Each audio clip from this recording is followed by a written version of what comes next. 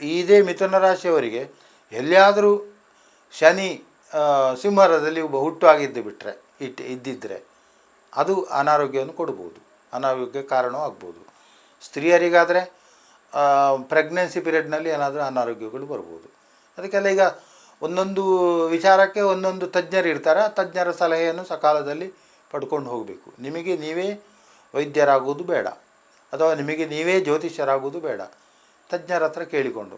ಯಾಕಂದರೆ ಈಗ ಯೂಟ್ಯೂಬಿನಲ್ಲಿ ಅಲ್ಲಿ ಇಲ್ಲಿ ಏನೇನೋ ಹೇಳ್ತಾ ಇರ್ತಾರೆ, ಅದರ ಭಯದಿಂದ ಏನೇನೋ ಎಲ್ಲೆಲ್ಲಿಗೂ ಹೋಗ್ತದೆ. ಅದು ಹಾಗೆಲ್ಲ ಆಗಬಾರ್ದು. ಅದಕ್ಕೆ ಬೇಕಾದ ತಜ್ಞರು ಇರ್ತಾರೆ, ವೈದ್ಯಕೀಯ ಚಿಕಿತ್ಸೆ ಕೊಡುವವರಿದ್ದಾರೆ, ವ್ಯಾವಹಾರಿಕ ವಿಚಾರಗಳನ್ನು ತಿಳಿಸುವವರು ಇರ್ತಾರೆ.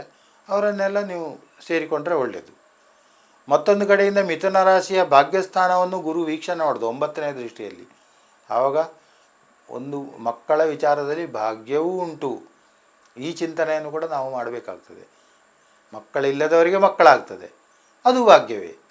ಇನ್ನು ಮಕ್ಕಳ ವಿಚಾರದಲ್ಲಿ ಏನಾದರೂ ದುಃಖಗಳೆಲ್ಲ ಇದ್ದರೆ ಅದು ಕೂಡ ಸಾಲ್ವ್ ಆಗಿ ಭಾಗ್ಯ ಉತ್ಪತ್ತಿ ಆಗ್ತದೆ. ಇದನ್ನೆಲ್ಲ ಹೇಳುವಂಥದ್ದು. ಇನ್ನು ಶನಿ ಕರ್ಮಸ್ಥಾನಕ್ಕೆ ಬರ್ತಾನೆ ನೋಡಿ. ಕರ್ಮಸ್ಥಾನಕ್ಕೆ ಬಂದಾಗ ವಿಶೇಷ ಶ್ರಮದ ಕೆಲಸ, ನಿಮಗೆ ಲಾಭಗಳೆಲ್ಲ ಕೈಗೆ ಸಿಕ್ಕಿತು ಅಂತ ಹೇಳಲಿಕ್ಕಾಗೋದಿಲ್ಲ.